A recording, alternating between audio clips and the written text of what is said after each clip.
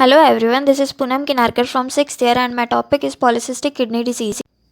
Polycystic kidney disease was first described in 19th century and published by Dr. O.Z. Dalgard in 1957. How does PKD affects on body? Produces cyst in liver, pancreas, spleen, ovaries, large bowel. Cysts in these organs do not cause serious problem. PKD can also affect the brain or heart. In brain, it can cause an aneurysm. In heart, the valves can become floppy, resulting in a heart murmur in some patients. We have two types of polycystic kidney disease. First one is autosomal dominant polycystic kidney disease, transmitted by parent to child by dominant inheritance. In other words, only one copy of the abnormal gene is needed to cause the disease. Second one is infantile or autosomal recessive polycystic kidney disease. It is transmitted by parent to child by recessive inheritance. It tends to be very serious and is often fatal in the first few months of life. ARPKD is extremely rare. It occurs in 1 out of 25,000 people. Third type of PKD is acquired cystic kidney disease. It is often associated with kidney failure and dialysis. People with ACKD usually seek help because they notice blood in their urine. This is because the cyst bleed into the urinary system which discolors urine. PKD is associated with the following conditions: aortic aneurysm, brain aneurysm, cyst in the liver, pancreas and testis, diverticuli of the colon. As many as half of the people with PKD have cyst on the liver. Incidence. Appearance of symptoms in ADPKD is between the ages of 30 and 40, but they can begin earlier even in childhood. In ARPKD, in the earliest month of life, even in the womb. In ACKD, about 90% of people on dialysis for 5 years develop ACKD.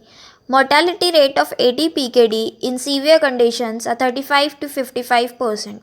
In ARPKD, neonates 30% to 50%, perinatal mortality is 43%. People affected, prevalence of ADPKD of 1 in 1000 person among children and adults.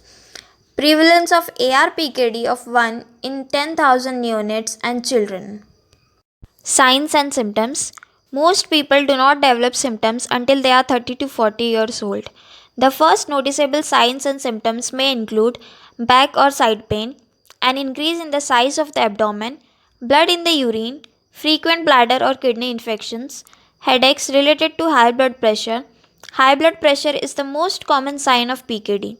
Fluttering or pounding in the chest. About 25% of PKD patients have a so called floppy valve in the heart and may experience a fluttering or pounding in the chest. Diagnosis. First is ultrasound. If someone at risk of PKD is older than 30 years and has a normal ultrasound of the kidneys, he or she probably does not have PKD. Second one is CT scan, may detect smaller cysts that cannot be found by an ultrasound.